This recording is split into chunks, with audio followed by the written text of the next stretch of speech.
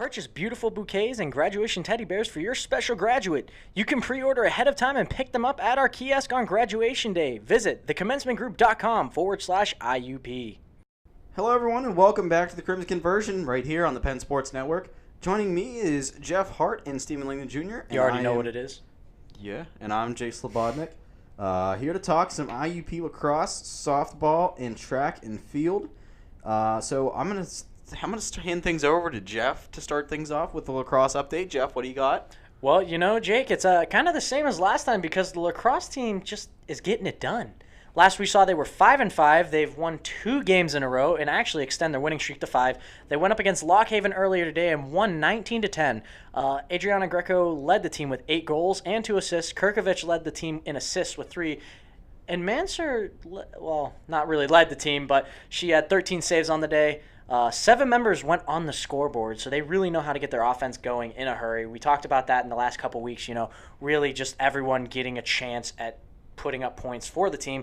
And they're, as far as right now, before the new coaches poll is in, they are currently ranked 25th, but that's hopefully soon to change. And they were ranked 4th in the PSAC before the game against Lock Haven. We will obviously have to wait for those stats to come in, but more of kind of the same for lacrosse. I'm hoping to see them more up in the top 25. They're 7-5 on the season now. They were 4th. They're 5-3 in the PSAC. I mean, they're doing a pretty good job, and I wouldn't be surprised to see them get in the mid to upper teens.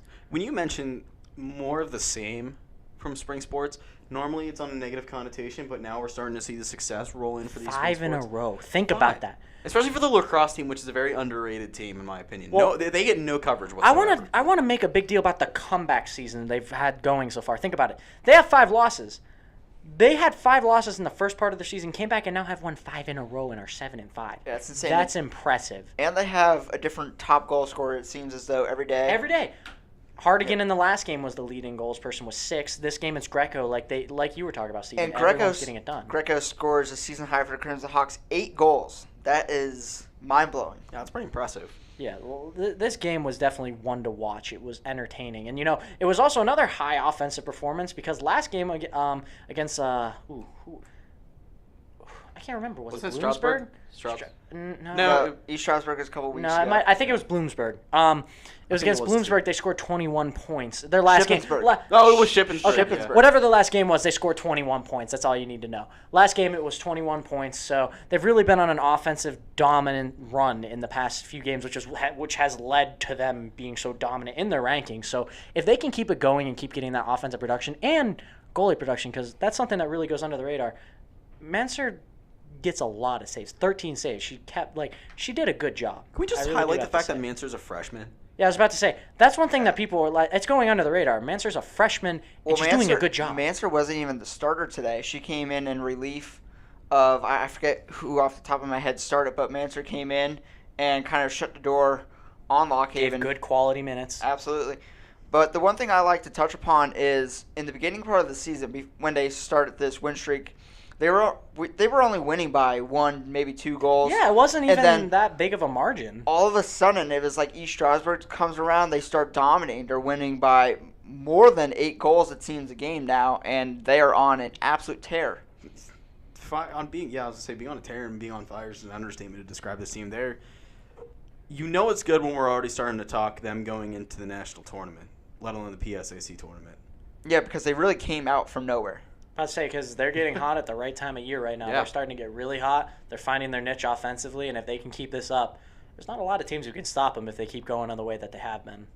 Yeah, but it's going to be nice watching them go forward. I think they have, 3 matches left? Yeah, it was only a couple matchups left, a couple this week, and then it's playoffs time. Yeah, and I think Steve and I are going to call the last one on campus radio. We'll get to more of that in a little bit, but that's going to be against Westchester, who I think is near national rankings. No, they are ranked. They are ranked. Westchester is ranked 8th the last time I checked, so they're up there. I'd say a really good matchup to test how long IUP can carry out the win streak and see how well they hold up against adversity and, real strong competition. And we knew how they fared out against East Stroudsburg, which was ranked just one ahead of Westchester in the rankings at number 9 when we played them. So hopefully we get to see the same team come out against Westchester.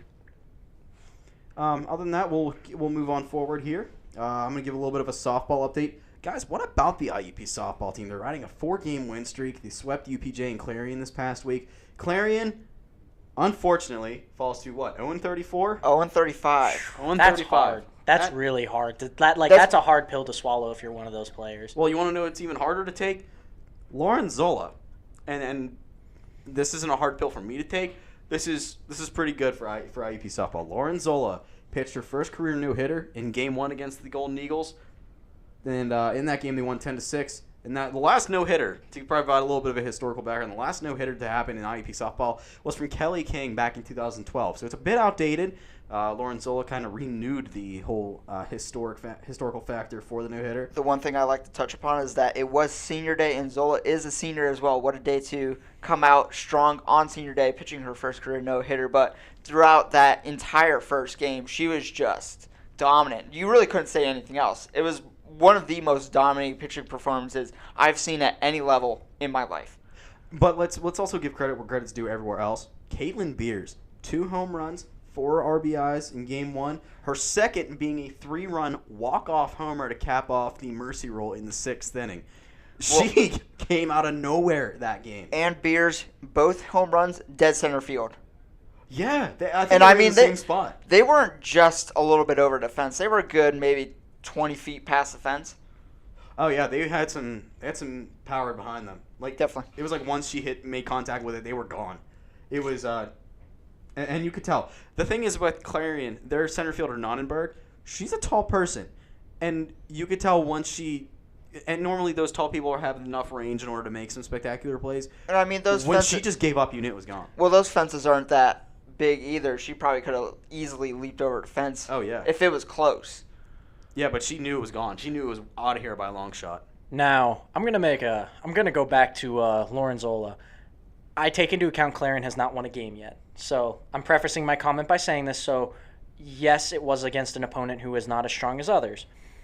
Pitching a no-hitter, that is impressive. In fact, the guys' baseball team should actually take notes after this game because I want to express Zola how good of a job that is.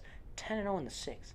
That is impressive. Like pitching a no-hitter in college, and that basically made the game just easier. It just made it easy for IUP, and we were talking about that when we were talking about baseball the other week. You can't rely on consistent batting. It's like shooting in basketball or the NFL when your quarterback's feeling it. It's one of those things you can't consistently count on. What you can consistently count on is if you have a pitcher who can consistently keep points from getting on the board, and if Zola can do that each and every game, that will really help them because baseball is the sport that relies a lot for their defense on one position, which is your pitcher. Your pitcher can determine whether or not you can win or lose a game easily. Take a look at the New York Mets for today, for example. Steven Matz went on the hill. Woof.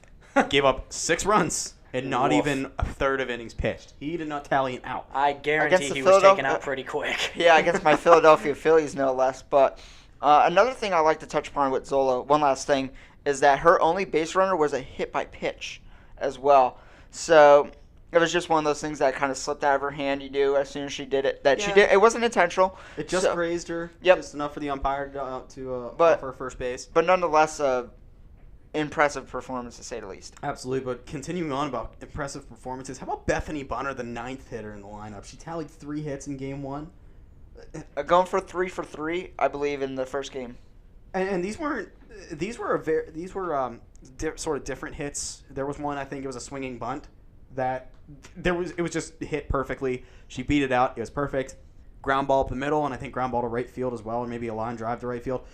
It wasn't anything pretty, but she got the job done. She drove in runs, and she got on base to get driven in. Congrats, Bethany Bunner, Caitlin Beers, and I just want to touch on Lauren Zola one more time. This was the end of a highly successful week for her. She went 3-0, 2 complete games, a shutout, and a 1.84 ERA with 18 strikeouts in 19 innings pitched. Solid. Wow. Dude, Jake, I got sunburn over here from how hot she's been lately. Her game has just been on fire, and, I'm getting burnt over here. It's just crazy. Dude, I know. I don't understand, but Game 2, that was only Game 1, guys. We got Game 2 still. It was a completely different one, however, with the bats of Cassie Kesnick, Renee Wall, and Rachel Rodriguez tallying 9 of IUP's 15 hits that game, it led to a successful game. However, Clarion gave us a little bit of a fright in the first inning, going up 3-0. Well, not only in the first inning, but I'm sure you're going to get to it in a little bit, the 4th inning as well. The fourth inning is when they scored 2 runs and actually went ahead for the second time of the game. And then IUP decided, hey, why not? Let's do what they did, and they put up 4 runs instead. And just going off that performance, let's also not forget that Cassidy Graham, who pitched 4 stellar innings in Game 2 to lock up the win. She's more of a middle relief pitcher. She had a high ERA coming into the game and not many long outings, but she was able to come in. She found the zone effectively. She forced hitters to swing at pitches, and overall it attributed to their win. Cassidy Graham got credited with the win in the second game. And I think it was Brooklyn Catola with a save at the end. So the pitching was really there for IUP as well. They play Slippery Rock, the big rivalry with IUP. I think it's Wednesday, so it'll happen after we record this, but it'll happen before we release this episode. So we'll cover that next episode. Slippery Rock 14-21. Guys, it's a big rivalry. Both teams under 500 and close to the same in records. What should we expect? Cacaw. And if the viewers could see me right now, I'd be flapping my wings. The Crimson Hawks are going to take this one from the Rock. They've been hot. If Zola can keep up what she's been doing and they keep having this superior pitching performance, the Rock does not have a chance if they can do what they've been doing. I'm going to say they go 1-1. I think Slippery Rock will take the first, IUP will take the second, but both games will be close. All right, good job. I'm going to actually say that IUP continues the hot streak and they're going to sweep both games. I don't know, just something about it with the way they've been playing. I think they're going to do well. All right, so the Crimson Hawks track and field team competed in the Bison Invitational Saturday and Sunday at Bucknell University. Starting off with Saturday at Javelin was Thomas Habgood. He finished 9th overall and a new PR. That is now 2 weeks in a row. He has had a personal best. Good for him. Justin Jones qualified in I believe it's his 3rd event for the PSAC, adding the 1500 meter to his already incredible season with a 4-minute and 3-second time. Fantastic for him. On the women's side, Nikila Austin finished 9th in the triple jump, but the most impressive accomplishment was she finished 1st among athletes not in Division I. Amazing job by Austin, and good luck in the future to her. On Sunday, the men's had 6 finishers in the top 10. Derek Knoll once again hitting NCAA qualifying in the 800. Honestly, he looks successful as he heads into the national stage. Paris Vaughn had 2 top 10 finishes in the 800 and in the 400. Incredible weekend for him.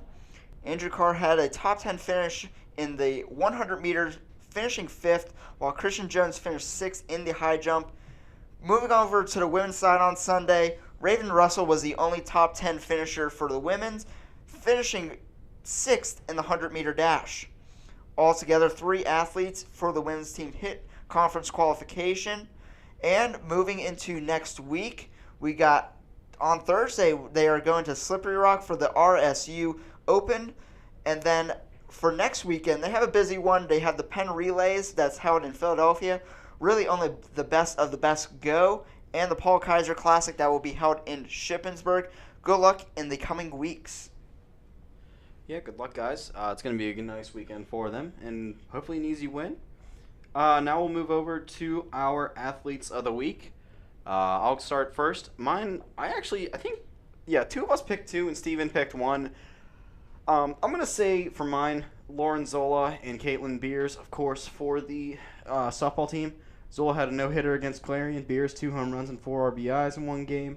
Overall, just a stellar performance from them. Steven, you want to go next? Yeah, so my athlete of the week will be Nikila Austin, who finished 9th in a triple jump, but like I said, finished 1st among athletes not in Division I. You know, Jake, for my athlete of the week, I'm going to have to go with Adriana Greco, attacker for the lacrosse team. Obviously, like I said, she had 8 points and 2 assists in the last game. I also had to give it to Carly Manser, just simply for the amazing job that she's been doing. Came in as a relief, like Steven talked about earlier, had 13 saves on the game, really did a good job, so I have to give it to her as well. Those are excellent picks. All did their part in bringing home victories this past week. However, from us, that'll do it for us here at the Crimson Conversion for yet another episode. I've been Jake Slobodnik, along with Stephen Langdon Jr. and Jeff Hart. Stephen and I will be trying to broadcast through WIAP-FM for different IUP sporting events that is still to be determined as to what we're going to do. We're going to try to get lacrosse in there, maybe some more softball. before year's end. Just keep locked on to TPSN Twitter at @official_TPSN for updates for when we're going to be on. Again, that's going to be on 90.1 WIPFM, 90.1 on the radio dial, WIPFM.org, or on the TuneIn app at WIPFM. As always, follow TPSN on Twitter. I just mentioned it, so I'm going to save myself some breath. Subscribe to TPSN on YouTube. New episodes released every Thursday, both on our YouTube channel and on the Penn.org. From all of us, that'll do it from here. From within the Penn offices, I've been Jake, along with Jeff and Steven, and we'll see you next time here on the Crimson Conversion.